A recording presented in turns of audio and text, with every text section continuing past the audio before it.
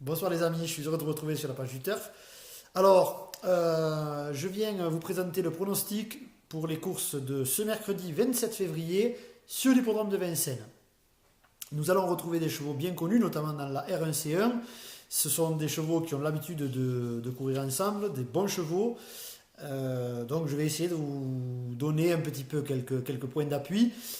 Même si il y a quelques chevaux qui se détachent, la course reste malgré tout très intéressante à analyser. Alors, je le disais, R1C1, ça sera une course européenne de niveau D, donc course D, sur la distance de 2700 mètres sur la grande piste, pour des chevaux âgés de 7 à 10 ans. J'ai retenu, alors quand on décortique un petit peu ce quintet, on retrouve de très très bons chevaux au départ. Moi j'ai retenu le numéro 17, Colorado Blue, Jean-Michel Bazir-Sulky, déféré des 4 pieds. Dans cette configuration, il avait remporté une course le 6 janvier 2019 dans un bon lot. Il avait devancé ce jour-là notamment un des chevaux qu'il retrouve aujourd'hui, notamment le numéro 14, Class Action. Euh, le même Class Action avait réussi à s'imposer devant d'autres chevaux qui sont dans l'épreuve d'aujourd'hui. Colorado Blue, déféré des 4 pieds après avoir fait sa rentrée, me semble vraiment un coup intéressant à tenter. Voilà, après, il y a beaucoup, bien sûr, il faut que une course reste une course, comme je vous l'ai toujours dit. Mais je retiendrai le numéro 17, Colorado Blue, avec Jean-Michel Bazir. Ensuite, bien sûr, vous le savez, je suis fidèle aux chevaux que je joue. J'ai retenu aussi le numéro 6, donc Angle of Attack. Angle of Attack qui est en pleine forme en ce moment, qui aligne les bonnes performances. Il s'entend bien avec son driver Gabriele Gelormini. Il a été battu de peu finalement le 17 février, pardon, alors qu'il avait finalement animé toute la course. C'est à mon sens le deuxième point d'appui. Donc 17 et 6.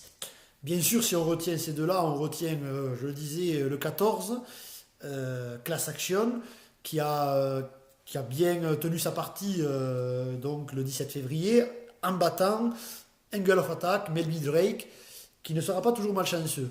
Melby Drake, c'est le numéro 5. Et ensuite, pour les places, on se méfiera du numéro 16, Nancy America. Nancy America, c'est un cheval très connu, nous le connaissons bien, il affronte plutôt de bons lots.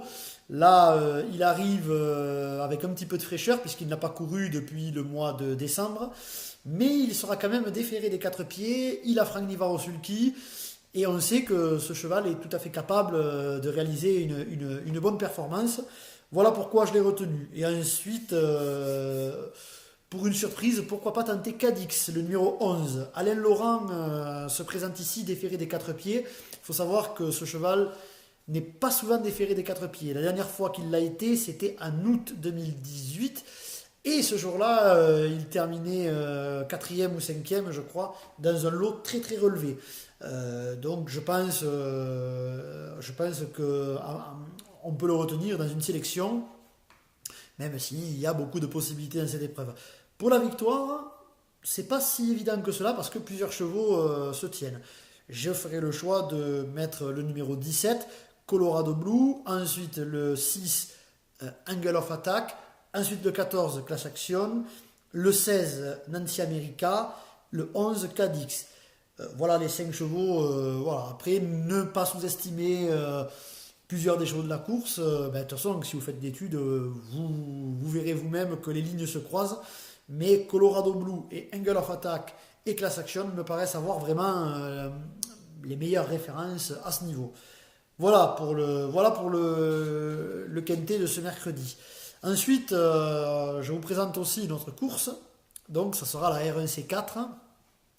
Une course B pour chevaux, pour juments de 6 et 7 ans. 2700 mètres grande piste. Bon, alors là c'est pareil, on a des chevaux qui se tiennent, donc c'est un lot très homogène. Je n'invente rien en reprenant les mêmes que la dernière fois. Donc je retiendrai le 13 Darling Lorraine, la drive et l'entraînement de Frank Hahn, qui a déjà battu plusieurs de ses rivaux du jour, notamment Dastavia de Guez le 11 et Dascalia le 6. Voilà les 3 chevaux qui se détachent au papier. Attention cependant à Sidji de Guez, le numéro 12. Jean-Michel Bazir se met au sulky, il sera déféré des 4. Très sincèrement, il peut venir brouiller les cartes. Voilà ce que je pouvais vous dire pour la réunion de ce mercredi 27 février. J'espère que cela vous aidera. Alors, vous êtes nombreux à réagir. J'ai répondu à quelques questions, notamment dans mes vidéos précédentes. Merci de votre participation. N'hésitez pas à m'encourager. N'hésitez pas à faire, comme vous le faites très régulièrement, à faire remonter vos critiques, vos remarques. Je réponds toujours, vous le savez, c'est toujours avec un grand plaisir. Voilà, alors il m'a été demandé, donc je vais répondre à cette question-là, il m'a été demandé si j'avais une préférence dans les disciplines, puisque vous le savez, l'hippisme est composé de 3 disciplines, le trot attelé ou trot monté, le galop et les courses d'obstacles, hein, les haies ou le steeple. Je crois avoir déjà répondu à cette question par le passé, mais je peux répondre à nouveau, il n'y a pas de souci. Je préfère personnellement les courses de trot, mais j'étudie chaque course, j'essaye de faire le papier du mieux que possible, quelle que soit l'épreuve. Voilà, ben écoutez, j'espère vous avoir répondu pour cette épreuve à Vincennes.